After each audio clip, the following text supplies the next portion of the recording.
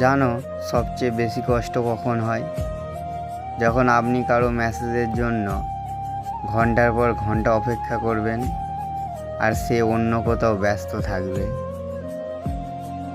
তখন নিজেকে খুব সস্তা মনে হয় এত কেন মায়ায় পড়লাম, যার কাছে আমার কান্নার কোনো মূল্য নেই। তাকে হাসানোর দায়িত্বটা আমি কেন নিতে গেলাম? আসলে ভুলটা ওনার ছিল না, ভুলটা ছিল আমার। আমি বড্ড বেশি ভালোবেসে ফেলেছিলাম।